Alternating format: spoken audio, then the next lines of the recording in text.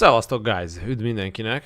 Na, hát az a harci helyzet van, hogy most lesz a Dawnwalkert game-nek, azaz a The Blood of Dawnwalkernek a gameplay reveal eventje, és hát abból az apropóból foglalkozunk ezzel ennyire dedikáltan, hogy ez az a játék, amin rengeteg Witcher játékfejlesztő dolgozik, és szerencsére van még 14 percre kezdődik ez az élő show.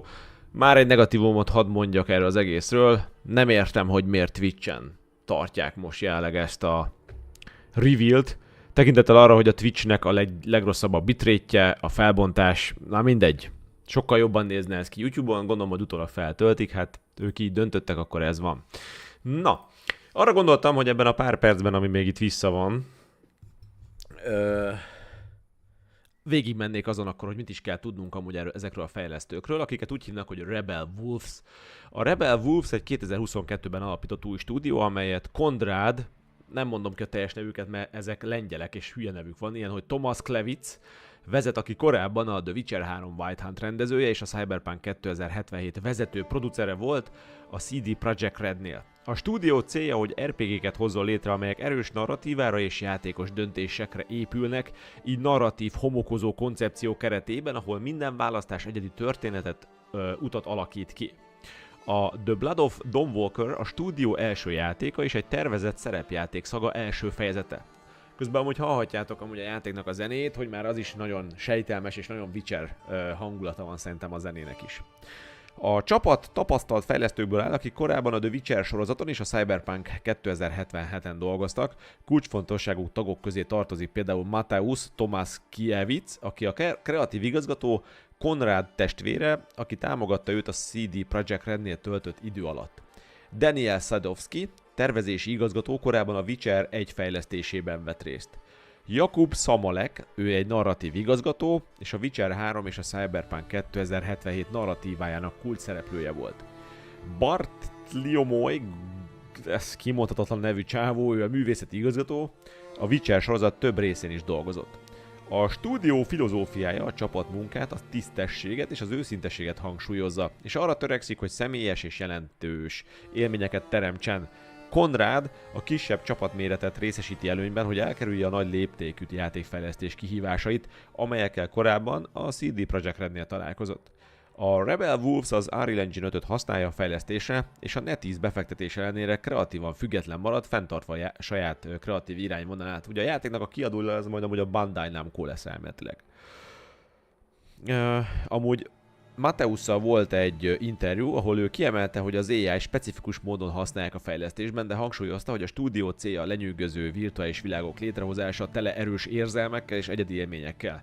Konrád egy másik interjúban megjegyezte, hogy a kisebb csapatokkal való munka teljesen más munka, de üdítő változás, mert hiányolta a napi szintű csapatkapcsolatot a korábbi nagy stúdióknál. Szerintem amúgy ez egy fennálló probléma. Nagyon sok játékfejlesztő stúdiónál látom, hogy annyira nagyra duzzadnak, hogy ez már egy belső kommunikációs problémát kezd el okozni.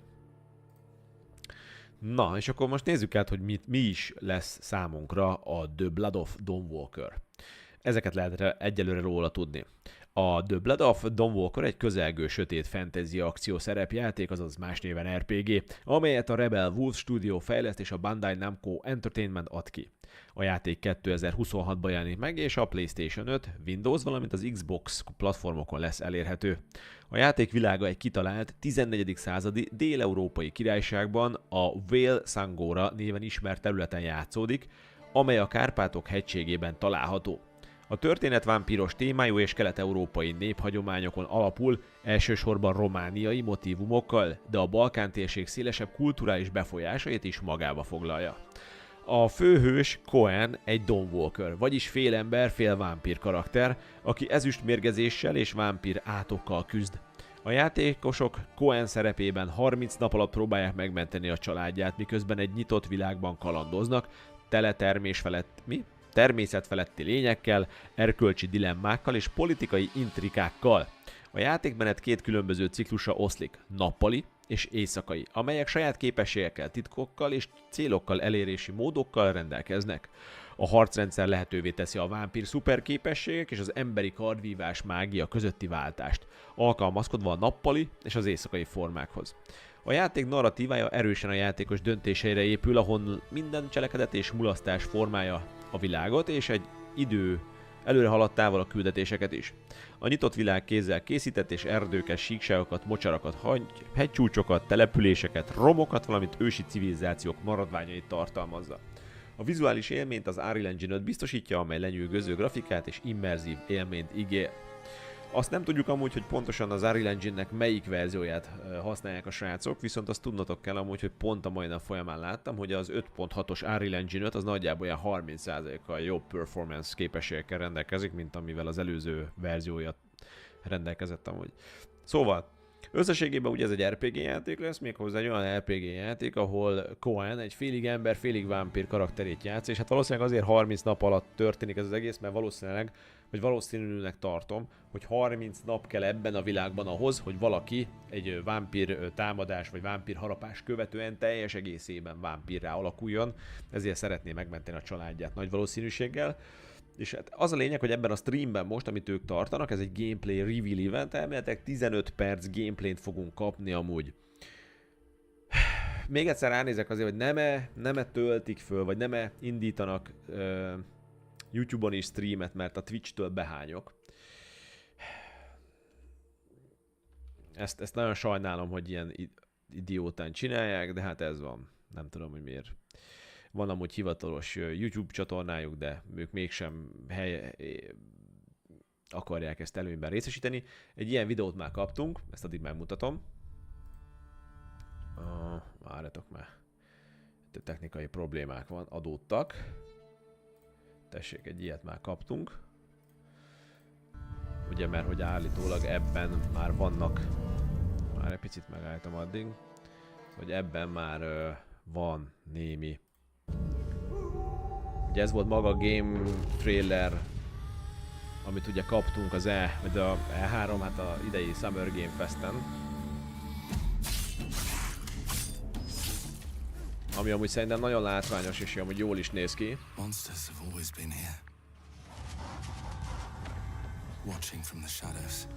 Na igen, és látjátok, pont ez a problémám, hogy ez is egy 4K 60 frame-es videó, és most a YouTube erre képes, normális bitrate-tel. Hát elég, hogy itt megnézem a statisztikáját a videónak, és azonnal látom azt, hogy ez egy 302.000 kilobit per szekundumos bitrátájú videó, és nem értem, hogy miért a YouTube... Vagy hát gondolom azért választották a Twitch-et amúgy, hogy majd ott fogják most prezentálni ezt a gameplayt, mert hogy milyen felkapott a Twitch-at, itt mennyi köcsög nézi azt. Jó van, értem én, nézzék, de egyszerűen szarabb a minőség. Na mindegy. They came out into the light. We feared for our lives. We should have feared for us. Ja igen, és nagyon fontos amúgy, bár most ebben a felvezetésben nem tértem ki rá, de a fejlesztők azt mondták, ugye ez a Rebel Wolves, hogy képzeljétek el, hogy teljes egészében magyar feliratos lesz a játék. Tekintettel arra, hogy ők lengyelek, és ezt úgy megtartották így a CD Projekt Red-től, hogy így gondolnak amúgy itt a környező szláv, meg egyéb más finnugor nyelvekre, és magyar felirattal fog érkezni. Láttam egy ilyen Twitter bejegyzést tőlük amúgy. És ugye ez volt az első... Hát nem ez volt az első thriller, de ez volt most a legutolsó.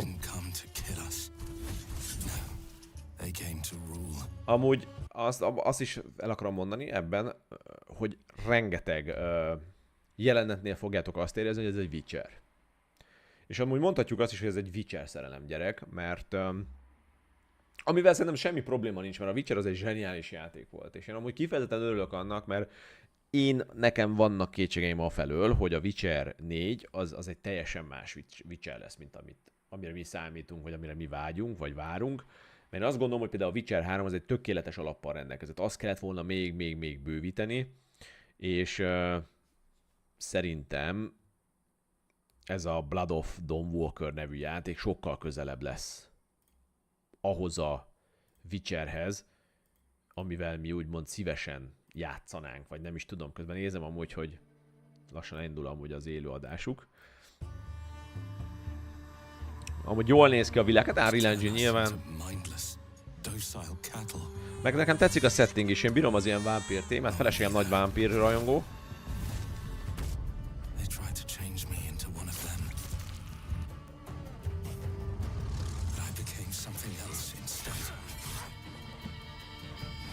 Itt is a zene nagyon vicseres, ahogy.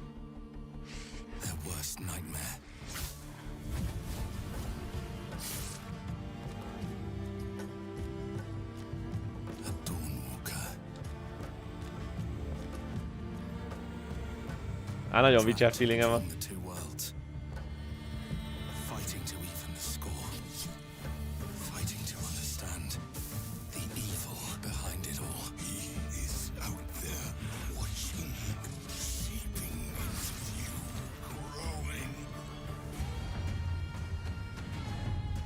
Ugye az a baj, hogy ez jövőre fog jönni, vagyis hát nem baj, de hát ez van. Amúgy kemény! Azért azt is mondjuk el, srácok, hát jól néz ki ez a trailer, természetesen, és nagyon izgatottan várom a játékot. De akkor nézzünk, kattintsunk vissza erre a bemutatóra, hát... te kölyök, te... Benyomjuk ezt a mozi módot, megpróbálom fölvenni a lehető legmagasabbra ezt a idejét. Tuti lesz benne jobb klikkel, vámpír, látás. Hát ez kontrollerre játék szerintem, ezeket én ezt kontrollerre szoktam játszani. És ugye azt említettem, hogy ez egy 2022-ben alapított stúdióról beszélünk, és jövőre megjelenik a játék. Egy újabb játék, ami 4 éves fejlesztési idő alatt el tud készülni, és úgy, hogy 2022-ben alapították, azért az rengeteg meló. Szóval, hogy az, hogy 22-ben megcsinálsz egy stúdiót, az nem azt jelenti, hogy akkor te 22. január 1-től már dolgoztok. Ez idő. De valószínűleg amúgy itt azért már össze volt állva nagyjából a fejben a terv, és ugye oké, hogy azt mondják a fejlesztők, hogy használják ugyanaz AI-t, amit elengedhetetlen szerintem már. Szóval ahhoz, hogy normális ütemben tudjál videójátékot fejleszteni, ahhoz az AI elengedhetetlen, mert az AI-jal tudsz textúrázni már, kódot is átnézetni, kódot írni, szóval rengeteg lehetőség van már. Az meg megint más kérdés amúgy, hogy tekintettel arra, hogy ilyen sokan használják az Unreal Engine-t, az Unreal Engine-ben is rengeteg asset, meg minden kész van már előre, szóval, hogy egy nagyon Unreal Engine-ben nagyon könnyen lehet jól haladni, hogyha hozzáértő kezekben van, ezt azért tisztázzuk. Ez leginkább megint a Sony-nak szól, hogy elnézést kérek, de 4 év alatt összerak egy új stúdió egy játékot. Úgyhogy amúgy ahhoz befektetőket keresnek, finanszírozást, kiadóit. Azért melós, és nem egy nagy csapatról beszélünk, nem tudom hány fős. Ez a Red Wolves stúdió jelenleg. Mindjárt utána nézek, hát hogyha találunk róla valami információt a neten, hogy hány fő dolgozhat most ott. Ugye úgy fogalmazott a csapat Góré, hogy hát nem nagy stúdióként tekintene magukra, meg hogy most ebben hisz. Mindjárt megnézzünk, amúgy megpróbálok lekérni ilyen lengyel foglalkoztatásai adatokat. Aztán mindjárt megnézzük amúgy, hogy hát találunk valamit a neten. De amúgy igen, nagyon komoly. Kreatív, szevasz. Én csak azt szeretném, hogy ne szaggasson. Imádom, amikor leleplezik egy címjátékmentét, és az 30 FPS-et tudja stabilan tartani. Szép estét mindenkinek, szevasz amúgy. Biztos, hogy nem fog szaggatni. Nagyon, nagyon jó ütembe fejlődik most az Unreal Engine. Én is sokkal pozitív vagyok az Unreal Engine-nel kapcsolatban. Na nézzük, hogy mit találok még. Nem találok aktuális számot. Elméletileg amúgy... Mi? Van egy Pitchbook 28, vagy Pitchbook azt mondja, hogy 28 alkalmazottja van ennek a Rebel Wolves-nak. Az nagyon kemény. Kreatív írja, ha már Unreal, sokan azt vizionálják, hogy az új Mafia játékból azért nincs még egy hosszabb összefüggő gameplay, mert Unreal Engine 5 és nincs túl jó állapotban. A faszt, semmi erről nincs szó szerintem. Egyszerűen így van most jelenleg amúgy a Mafiának felépítve amúgy a marketing plan, marketing terv. Én láttam már gameplayt, mármint hogy a trailerek, amik kint voltak, az rengeteg gameplay szekvenciával is rendelkezett. Nem foglalkoznék ezzel. Miki, ami nagy, mostában az új kis stúdiók csinálnak iszonyatosan jó játékokat, például Lies of P, Black Myth, Wukong és sorolhatnám. Hát igen, meg nagyon jó portokat. Na, és akkor kezdünk, srácok, nézzünk akkor ebbe bele. Ever get that feeling that someone is watching you, even if you're like totally alone? No matter the play style you decide on, it's all about immersion. Yeah, okay, stop here. Közben amúgy nézegettem a YouTube-ot. Ez Witcher, bazd meg! There's one more thing we have to do.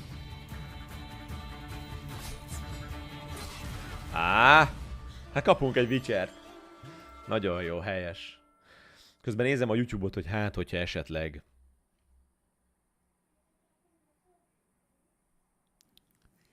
Hi everyone and Szia. welcome to the Blood of Dawnwalkert gameplay reveal event. My name is Dominika, I'm the community lead here at Rebel Wolves and I am joined by a familiar face, a content creator, streamer, YouTuber and my co-host for today, Szevasz, Dominika. Lionheart. Thank you so much, Dominika, and hello everybody. You are joining us here live in the Rebel Wolves studio once again, and this time on the first day of the astronomical Srác remeg a summer. keze egy kicsit, amúgy Dominika, izgul. you guys really do think about these stream dates, don't you? Yeah, I think it makes it a bit more fun, you know.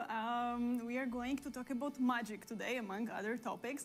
And what's a better occasion than the summer solstice? This Amúgy is supposed to be the day when eddig our kellemesen össze van rakva connection már, mint to maga ez magic az is the egész strongest. reveal And is. we have all these different Raktak bele rituals energiát. and celebrations connected to it, Nem and két to teljesen the nyomorékot sun raktak and oda light in amúgy. general.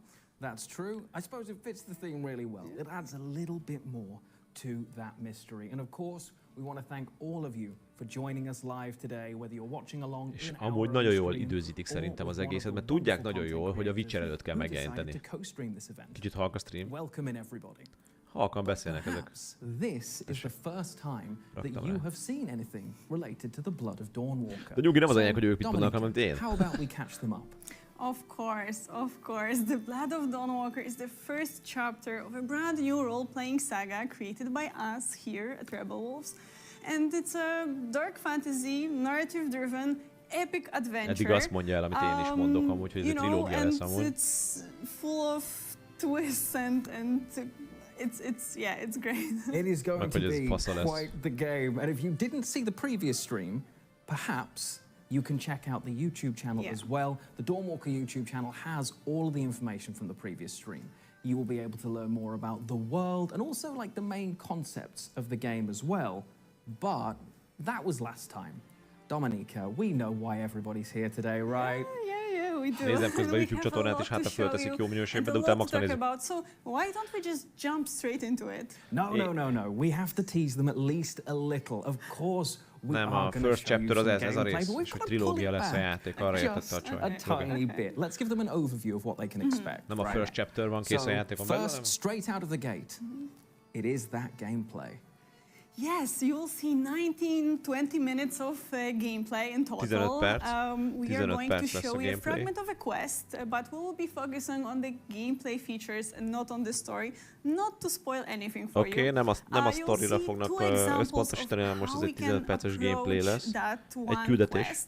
First, from the day perspective, with Quen as a human, with his sword fighting skills and magic, of course, and then during the night with some vampiric abilities at his disposal. Szóval igen, like amúgy you're akkor az gonna van, hogy get to see éjszaka a vagy little bit of vámpír, napközben everything. nem. Napközben az And what emberi you're gonna see, képességeket tudja all of használni it is majd. taken in engine, right?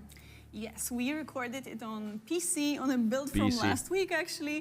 Egy We want to múlt show heti. you what the game looks like right now. And yes, you'll see some glitches and imperfections. Jó, but this elmondják, is hogy not ez egy the múlt final heti, product, of course. You múlt know, heti we'll build be entering maga the amúgy, beta amit most stage of látni fogunk, és a development PC, soon, de so hogy you látni can- fogunk benne, you- hogy we have némi a glitchet, lot meg of hibákat, de ezzel polishing ne still to foglalkozatok. do, including next iterations of animations, lighting, visuals in general, and optimization, of Amúgy course. ez nagyon Of course, korrekt. but I Szóval think it's nincs really mellébeszélés, refreshing that we're gonna tényleg. get to see Gyerekek, where így the game tartunk jelenleg a really is right játékkal. now, rather than Látod, where kedves Sony? maybe it might be Erre if van we igényünk, weren't bazd using meg. the engine. Erre I várunk think it's tőletek really is. good and Faszom. deserves some Nem props arról, hogy for izé that. I think maraton that's really, csúsztatás, really meg a cool. pöcsöm. But of course, we are not just going to give you gameplay and send you off into the night. That would be crazy. We have some very, very talented devs here at Rebel Wolves, and what we're going to do is we're going to get some insight from them. They're going to dive deeper into all of this content, all of the footage you're going to see. They're going to talk more about the magic system, traversal, and Egyetlen egy of mondom, course, továbbra is the egy negatívumot combat tudok as neki well. felhozni, hogy Twitch-en van az But egész. there is more. It would not be a Rebel Wolf stream without an extra special performance, right? It will be super special. I cannot wait for you guys to see it, but that's not all. True, Hoppa. it Ez just nem keeps minden. coming. Yeah. In the last couple of weeks, we've been hosting a Q&A over in the Discord for the Blood of Dawnwalker, Van and Discordjuk is, ott Dominika volt and egy I are Q&A. going to do our very best to answer as many of those questions as we can throughout the course of the stream. Yeah. We will also have some people checking in on the live chats, so do get some questions there. You never know. They might just make it through to us. Yeah. Okay, so without further ado, let's see some gameplay of the Blood of Dawnwalker. And for those of you wondering, yes, it will be available in 4K on YouTube right afterwards. Oké, azt mondják, fönn lesz utána 4K 60-ban amúgy a YouTube-on. Helyes. Na nézzük! Nagyon kíváncsi vagyok amúgy. Figyelj, kiráz a hideg. Mert hogy ezt várom amúgy egy játékfejlesztő stúdiótól. Ez egy nyílt dumálás. Itt van a gyerekek a játék. Múlt heti a build. Gameplay was recorded on PC. És hogy itt megint újra kírják. Pre-beta verzió a játékból. Fejlesztés alatt áll. Rengeteg dolog változhat még, amit láttok, de nem mellé beszélés, nem ez, hogy tilintologatjuk, készül új God of War, a rajongók várják, nem tudjuk, jaj, nem mondunk semmit, kapjátok be, rajongók. My name is Daniel Sadowski and I'm the design director at Rebel Wolves. I would like to welcome you to the Blood of Dawnwalker summer gameplay video.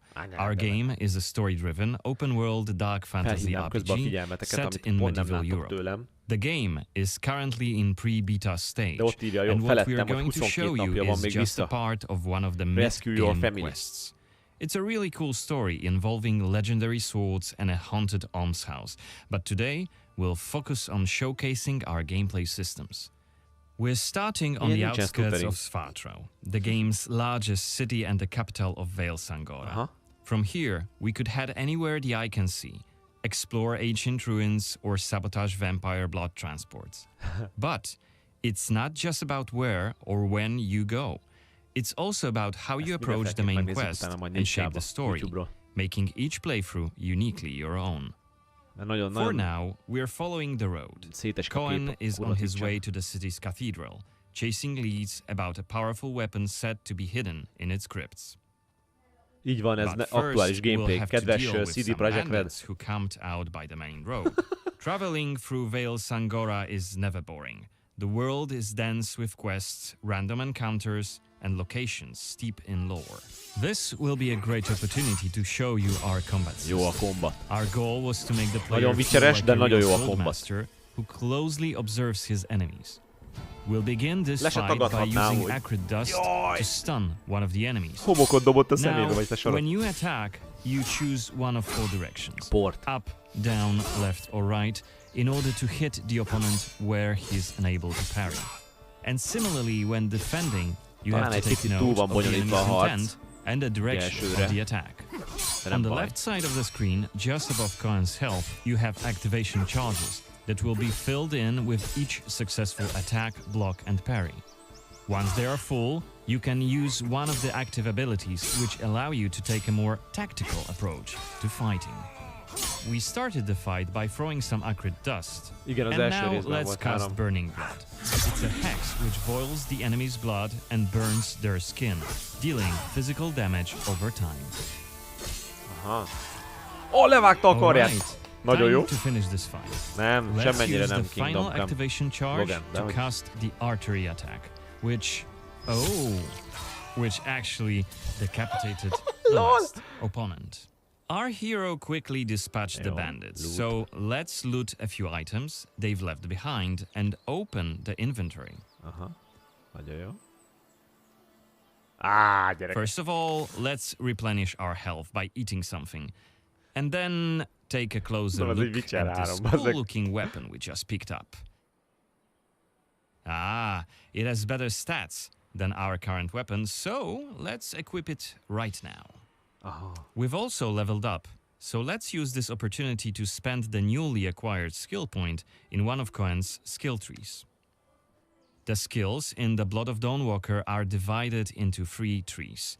One for human, one for vampire, and one shared between the 2. We also have an active abilities panel. We can use it to unlock additional abilities to use during combat. 2012-ben. Note that during the day, the health bar is not regenerating. You need to find consumables like the one we've just eaten. The hexes we've just used also consume some of Cohen's health. Ugyanilyen sót nyomtak a Witcher 3-ból nekünk, zárt ajtók mögött. Ugyanúgy megmutatták, elmagyarázták. Ennek ellenére nézd meg, mennyit változott a CD Projekt, és most nem ezt csinálják. Let's level up the frugal witchcraft skill, so next time we'll cast a hex, we'll consume fewer of Cohen's health points. Now that we've wrapped up the encounter with the bandits, we can be on our way to get inside the city. Right now, Cohen hasn't done enough to ruffle the Vampire Lord's feathers, so the guards will just wave us through. But the more damage you cause, the more suspicious and aggressive they'll become. So when you play the game yourself, you'll have to decide whether you want to challenge the vampires openly, or lay low until you're ready to strike and surprise them. Ez kurva sikeres ez a játék, ezt most mondom nektek. Ez, már most azt mondom, hogy ez egy minőségi játék lesz, és megéri majd az árát. This is the rich district of the city, Silberkreis. There's also Altenmarkt, Neustadt, and the Middens. Each of the boroughs has its own feel and character. Nagyon jól mozog a ruhája, és jó ez az Unreal Engine. Jó a fizika. És nézzétek meg, amúgy a jobb felső sarokban jelzi, hogy mennyi van még vissza a napból. He took it over when he slaughtered the human ruler of the valley, Skender, as shown in the trailer we shared with you earlier in January this year. In order to complete the main quest and save your family, you'll have to storm the castle, alone or with help of friendly NPCs. We could do it right now if we wanted, but it would be super challenging. Persze, egyáltalán nem hátrány, hogy vicseres, dehogy is. Dehogy is, ezt nem kell magyarázni, dehogy is. Ez az egyik legjobb húzása, hogy ennyire.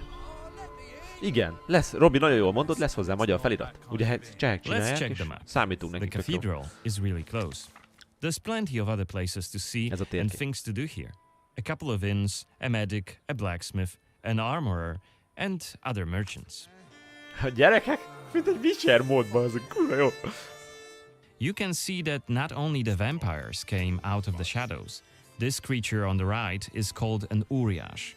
Look around, especially at night, and you'll learn humans have lots to fear, not just the vampires.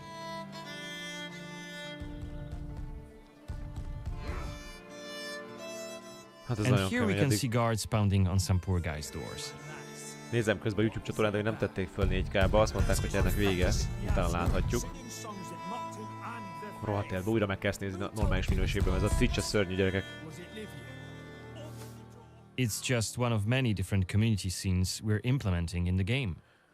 Watch them closely when you play, as they might point you to new quests and hidden treasures, or signal changes in the game's world. Nagyon jól is néz ki eddig amúgy. És ahhoz képest, hogy ez egy pre-beta build, ugye múlt heti, ezt mondták az elmény, ez egy múlt heti build. Nagyon rendben van. Figyeljetek, nagyon. Az optimalizálás is. Nem tudom nyilván min fut, de látszik, hogy nem stutteringgel meg semmi. Ezt nem tudod megvágni, úgyhogy ne látszódjanak ezek. Okay, we are at the cathedral gates. És nagyon tetszik, hogy nem rohan, sétál. Since Cohen isn't yet wanted by the vampire regime, and it's daytime, we can simply walk inside. Na nézzük, milyen egy átvezető videó a játékban. Ugye most egy sima küldetés van megmutatva, a sztoriból semmit nem fogunk megtudni. De nagyon szimpatikus, amit csinálnak ezek a srácok. Nulla mellébeszélés, bazd meg. A főszereplő férfinek néz ki. Ennek is örülni kell.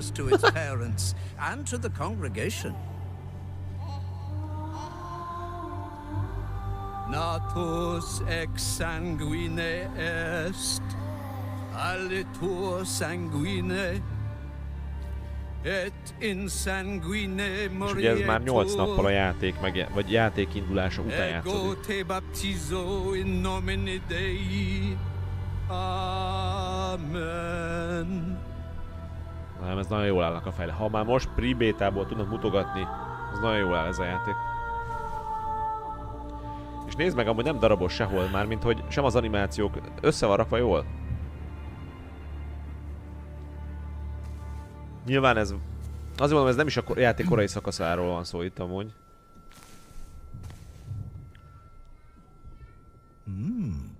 Don't I know you from somewhere, young man? Laszlia, maybe. Jók amúgy a hangok is. Látjátok, is van választási lehetőség. Sorry, but you must be mistaken. Rendben van ez amúgy. Perhaps. My memory isn't what it used to be. Come with me. I'll take your confession. De hogy is nem játszik a Witcher univerzum. Ez egy teljesen, Ádám, ez teljesen különálló. A fejlesztők, bemutattam a fejlesztőket a stream elején. Nagy részük az a CD Projekt Redből vált ki. És nagy részük a Witcheren dolgozott. I'm sure you're a busy man, Father. So while I appreciate the offer, I feel that my soul shouldn't be your priority. I won't press the matter. You are quite correct. I have many other duties to attend to. But please remember that in order to be saved, we all need to repent. Myself included. I hope we can speak again soon. Már szürke hályogos az öreg. You, Cohen? Cohen, aha, szóval így kell mondani, Cohennek kell mondani a nevét a főszereplőnek. What we saw right here was just one of many cutscenes we recorded for the game, which smoothly transitioned into a dialogue scene. Helyes. We use cutscenes to highlight key scenes or showcase interesting bits of lore. Like this blood baptism. Creepy, isn't it? The core feature of the Blood of Dawnwalker is the dual gameplay loop. Remember, Cohen may be a human during the day, but he turns into a vampire at night and has a different set of skills at his disposal. And this is just one variable that affects our quests. Depending on when you tackle a particular quest, what choices you've made earlier, whom you befriended, or whom you've angered, your gameplay and story experience will be very, very different. So each quest is a complex structure with multiple possible paths leading to the end goal. We maximize players' freedom and agency, offering you a narrative sandbox to play in. I wonder what secrets may be concealed up there, just beyond Cohen's reach. And how do we get there? It's impossible to do during the day, but come night, it's an entirely different story. Let us explain what we mean by taking our current quest as an example. During the day, we got inside the cathedral without any problems, since it's open for all to see and Cohen doesn't yet stand out from the crowd. The scaffolds, though, are outside of his reach. But climbing them won't be a problem for the vampire, who has many more exploration abilities at his disposal. Bear in mind, Cohen has not completed the quest yet. What's more, there are still a few clues to be found in order to solve this story. It's worth mentioning that narrative sandbox also means that we may completely abandon this quest and follow a different path to defeat Brensis. For today, we're focusing on the gameplay part, so let's see how we could tackle this particular quest during the night. We're starting right after dusk, as a vampire, on the rooftops of Svartro. Right now, we have 22 days left to complete this goal. This counter is always displayed and you will be warned each time it's pushed forward. So you have to be aware of the time, and it's more of a resource you'll be spending than a racing clock. As a vampire, you'll see and experience the world from a different perspective. You can travel quickly and easily access places beyond the reach of regular humans. Let us show you what we mean. This is Shadow Step, a unique vampiric ability, allowing Cohen to jump to almost any place within his reach. Now, let's take a good look around using the focus mode. Lesz nyomozás. És csak a focus mód. This ability highlights objects of interest and loot. And there is something right here. This time, it's just some items to grab, but on other occasions, who knows? You might come across a hidden quest. Looks like our health is quite low. This is because, as a vampire, your health bar also represents your hunger level, and you start each night thirsting for blood. Remember, you have to quench this appetite in order to make full use of your vampire abilities, and rein in your monstrous nature around NPCs. Otherwise, you may end up draining someone important, which may lead to unpredictable consequences. We'd better feed them. Maybe on someone who is standing all alone.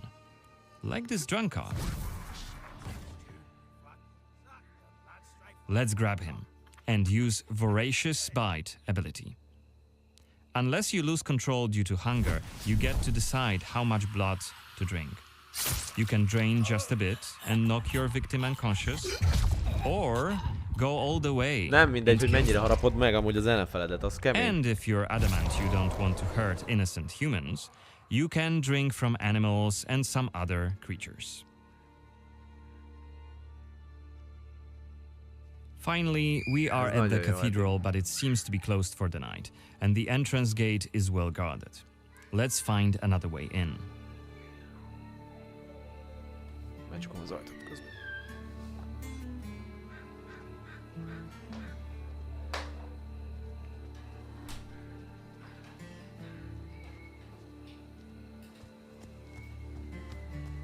Shadow Step is not the only vampiric ability you're gonna learn during your playthrough.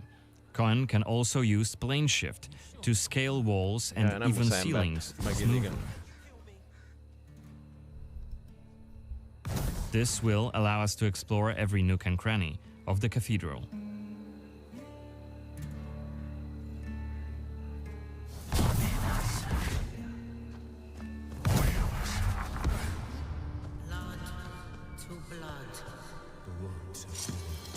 Better be quiet.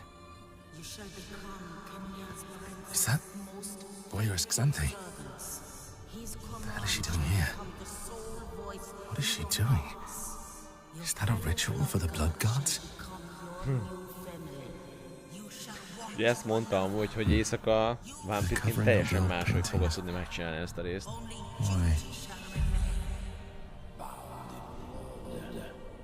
One of the workers must have left it.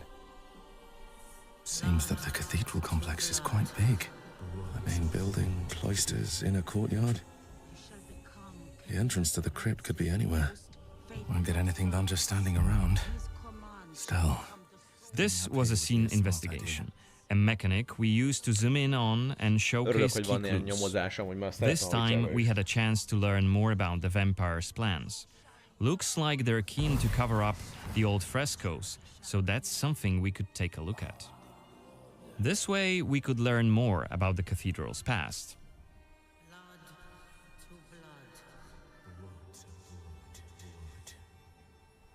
Looks like we aren't alone here. Underneath us, there's a group of blood guards. Soldiers hooked up on vampire blood, which makes them stronger. And one of Brances's vampire allies. It's Xanthi, the oldest vampire in Vale Sangora, and quite a powerful lady. Let's descend and check what's going on.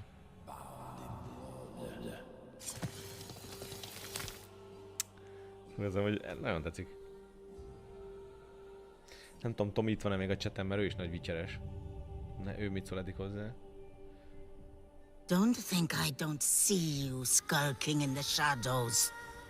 Come out! Fú, de csúnya vagy te. Ez nagyon erős van. You're interfering with my task.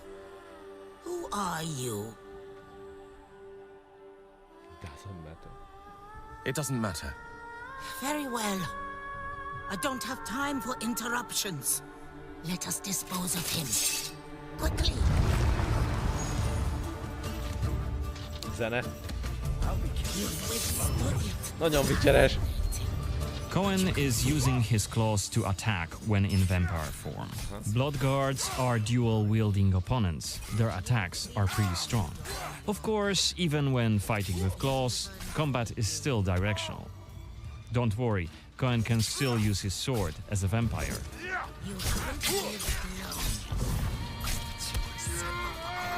Legyaktam.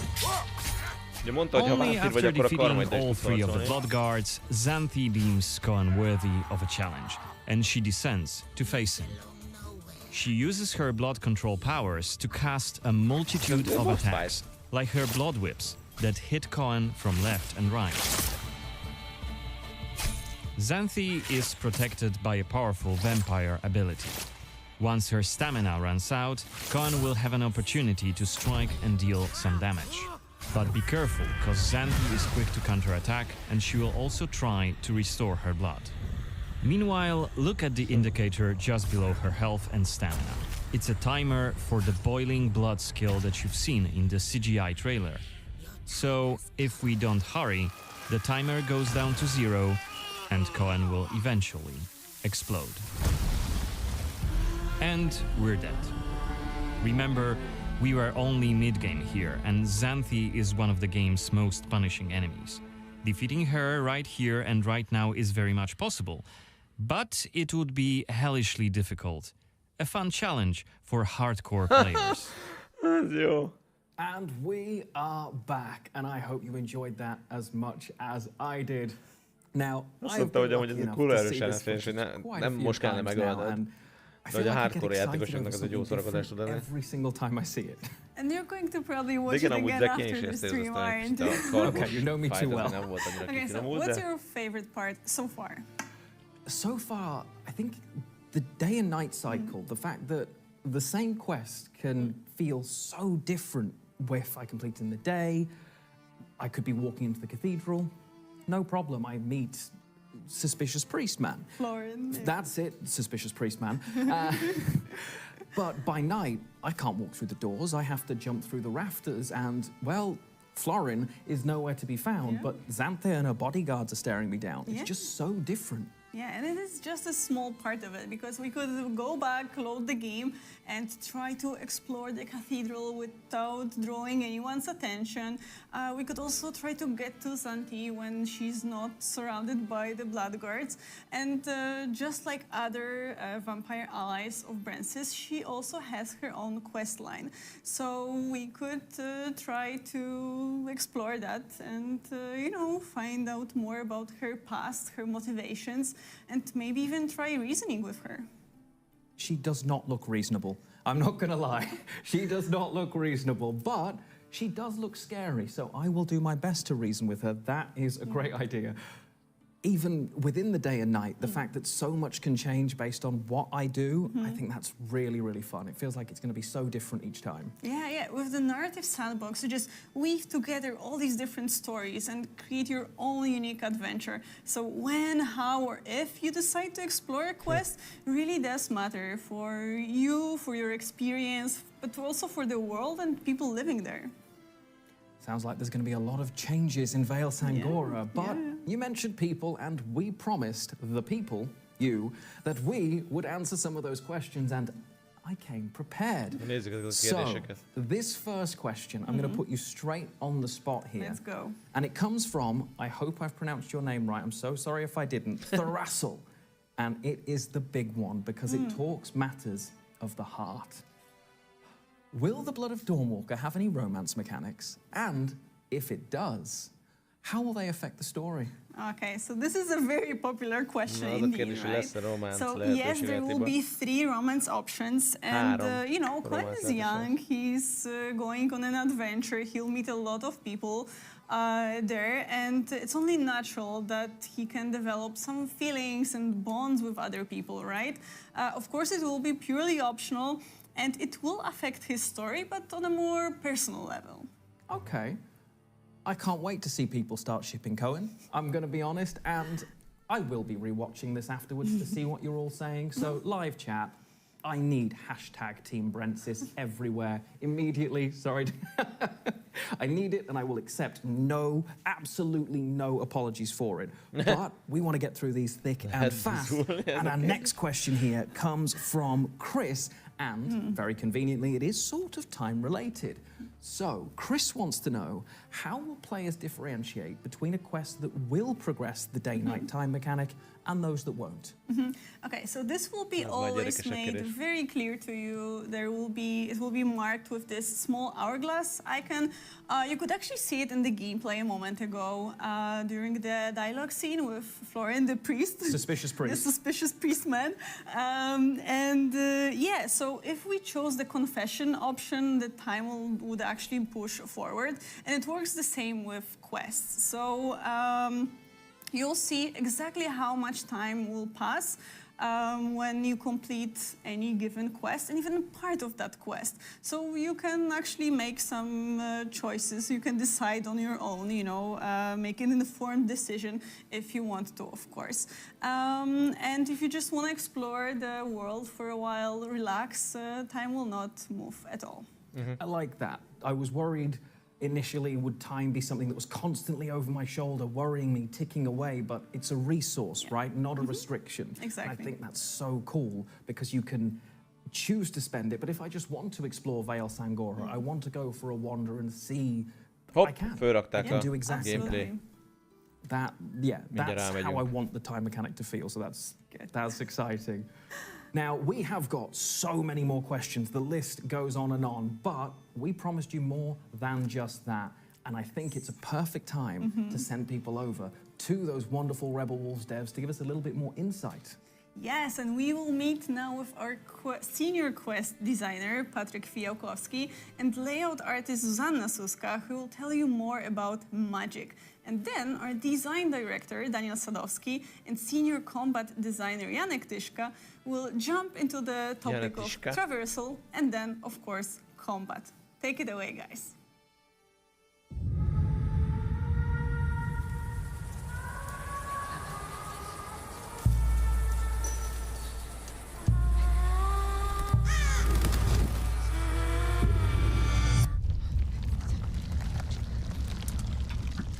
De ebbe van rakva effortam.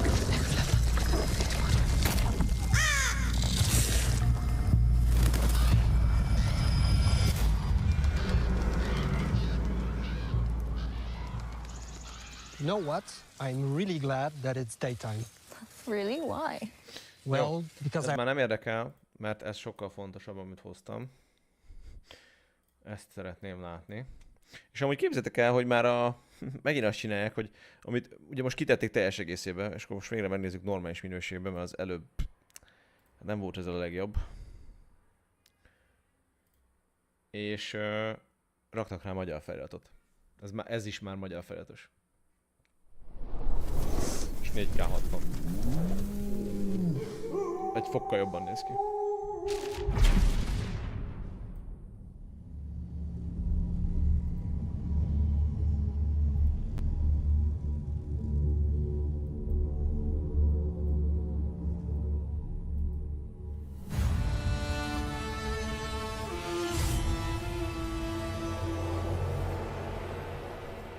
Hello, my name is Daniel Sadowski and I'm the design director at Rebel Wolves.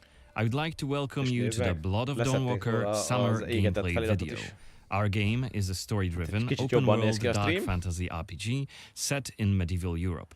The game is currently in pre-beta stage, and what we are going to show you is just a part of one of the mid-game quests. It's a really cool story involving legendary swords and a haunted almshouse, but today we'll focus on showcasing our gameplay systems. We're starting on the outskirts of Svatro, the game's largest city and the capital of Vale Sangora. From here, we could head anywhere the eye can see, explore ancient ruins or sabotage vampire blood transports. But it's not just about where or when you go. It's also about how you approach the main quest and shape the story, making each playthrough uniquely your own. For now, we're following the road. Cohen is on his way to the city's cathedral, chasing leads about a powerful weapon said to be hidden in its crypts. Victor, but first, we'll have to deal with some bandits who camped out by the main road. Azt írta Viktor, hogy hát szerintem a Ghost of Tsushima jobban néz ki, mint ez. Ghost of Tsushimát közel 300 ember fejlesztette, ezt meg elméletileg nincs 40. És 4 évvel. Tehát összehasonlítani. Our goal was to make the player feel like a real swordmaster who closely observes his enemies. We'll begin this fight by using acrid dust to stun one of the enemies. Now, when you attack, you choose one of 4 directions, up, down, left or right, in order to hit the opponent where he's unable to parry. And similarly, when defending, you have to take note of the enemy's intent and the direction of the attack. On the left side of the screen, just above Cohen's health, you have activation charges that will be filled in with each successful attack, block and parry. Once they are full, you can use one of the active abilities which allow you to take a more tactical approach to fighting. We started the fight by throwing some acrid dust. And now let's cast Burning Blood. It's a hex which boils the enemy's blood and burns their skin, dealing physical damage over time. Alright, time to finish this fight. Let's use the final activation charge to cast the artery attack, which actually decapitated the last opponent.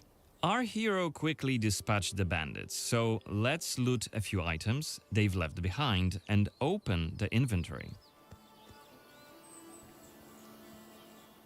First of all, let's replenish our health by eating something, and then take a closer look at this cool-looking weapon we just picked up. It has better stats than our current weapon, so let's equip it right now.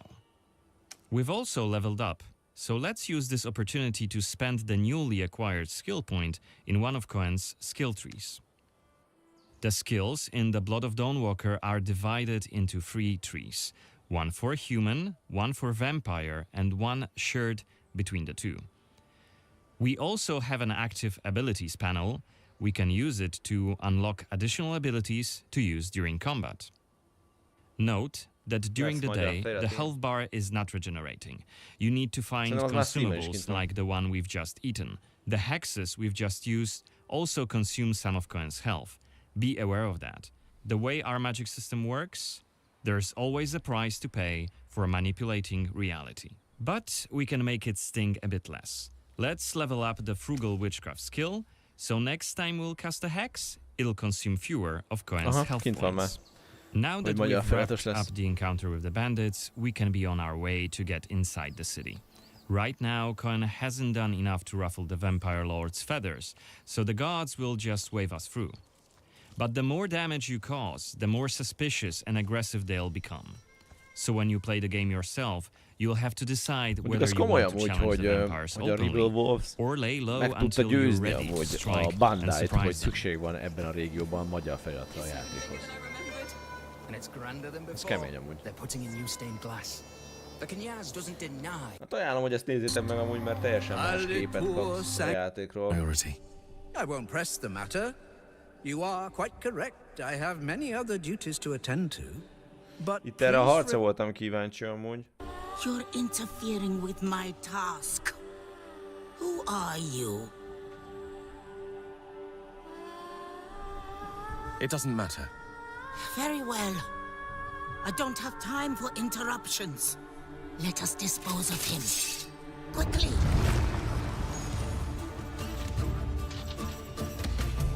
You've withstood it. Fascinating. Cohen is using his claws to attack when in vampire form. Blood guards are dual-wielding opponents. Their attacks are pretty strong.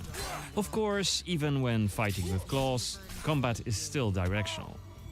Don't worry, Cohen can still use his sword as a vampire. You haven't lived long.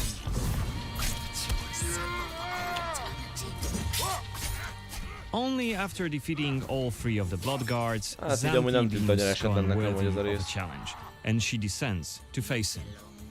She uses her blood control powers to cast a multitude of attacks, like her blood whips, that hit Cohen from left and right. Xanthi is protected by a powerful vampire ability. Once her stamina runs out, Cohen will have an opportunity to strike and deal some damage. But be careful, cause Xanthi is quick to counterattack and she will also try to restore her blood. Meanwhile, look at the indicator just below her health and stamina. It's a timer for the boiling blood skill that you've seen in the CGI trailer.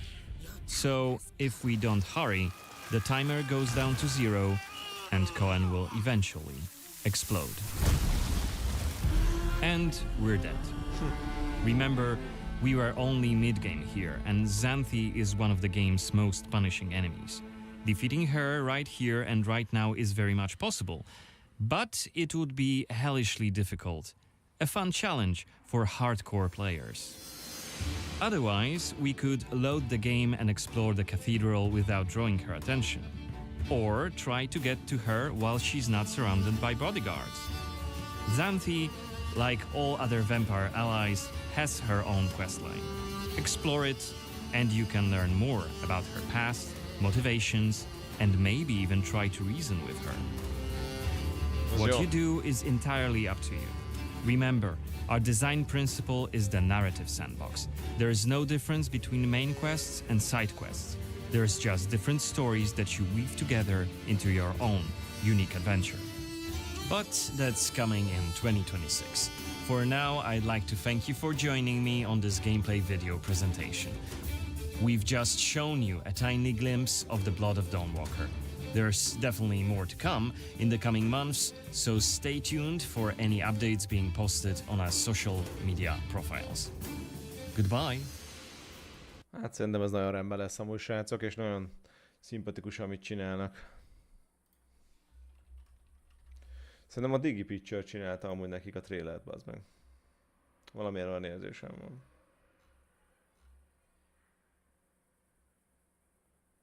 Aha. Bazd meg, hát geci jó vagyok. Le kell, hogy álljak. Annyira király vagyok. Ők csinálták a cinematic trailerét amúgy a Blood of Dawnwalkernek. Olyan brutál amúgy, hogy ennyire foglalkoztatott a Digi Picture itthon. Ugye, aki nem tudná, a Digi Picture az egy magyar stúdió, és ők CGI videókat gyártanak.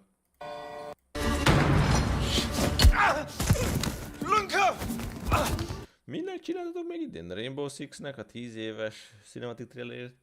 Roadcraft, az mondjuk kemény. Secret Level. Star Wars Outlaw. Shadowsnak. Titan Quest 2.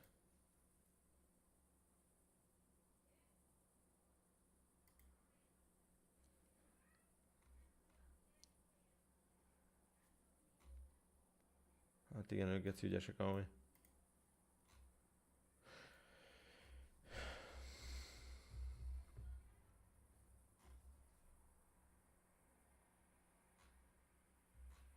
Jó, még a Godfall-nak is.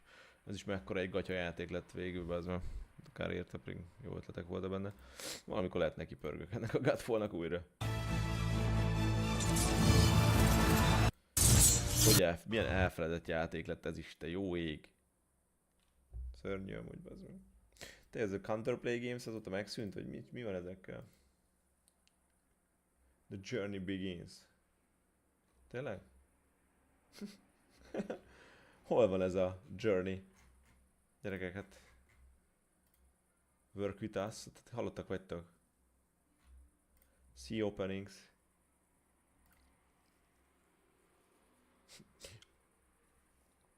Nincsen náluk jelenleg nyitott pozíció. The ones who walk in the twilight before death.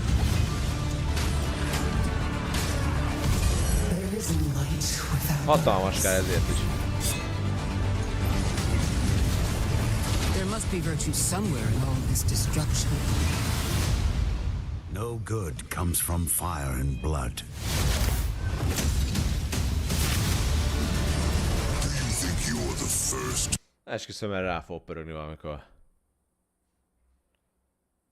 Nem lesz sokkal taktikusabb, meg hosszabb a harcam, hogy a Witchernél. Szerintem ezt nagyon rosszul mértett föl Logan, de hát majd meglátjuk nyilván a megjelenéskor. Szerintem amúgy nagyon rendben volt, és kifejezetten díjazom azt, amit csinálnak itt a lengyelek, hogy ennyire nyíltan kommunikálnak. Mindenben a játéka kapcsolatban. Szerintem az királyom, hogy ezt így kell csinálni. Sokkal szimpatikusabb, mint amit a legtöbb stúdió meg kiadó csinál, mert ők konkrétan így leszarják az embereket, csak friss a lóvét, bro. De ez idán. Szerintem nagyon rendben van. Jól is néz ki. Nekem tetszik. Biztos. Én továbbra is várom. Alig várom, hogy játszak vele majd.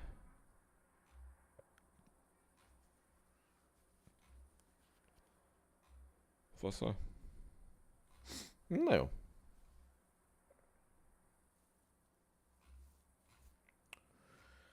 Nézd, gyors végigfutom, hogy van-e még valami érdekesség az interneten.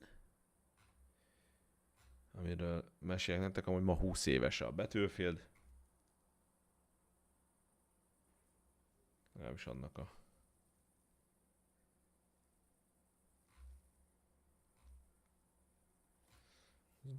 Nem érdekel senkit. Nem nagyon van most semmi. Nem nagyon van semmi hír, amit így szívesen megosztanék. Azt olvasom. Kellemes szombat ez.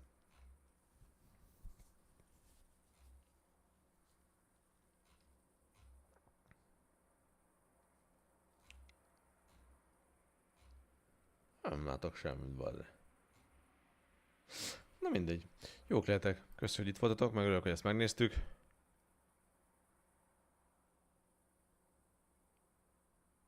Igen, nekem is tetszik amúgy, hogy nyilván még azért van még ezen meló, de én azt mondom, hogy ez egész jól tűnik. Szerintem kíváncsian várom. Szerintem jól fogunk ezzel is szórakozni. Annak kifejezetten faszalom, úgyhogy egy ilyen tökéletes Witcher pótlék, ha már Witcher, az még úgyis rengeteg idő lesz, mire elkészül. Addig is meg rengeteg játék van, meg hát augusztusban is nem soká itt van ezért. Nem várom amúgy a Mafiára kíváncsi, szerintem az kurva jó lesz. Szóval, ja. Na jó keltek.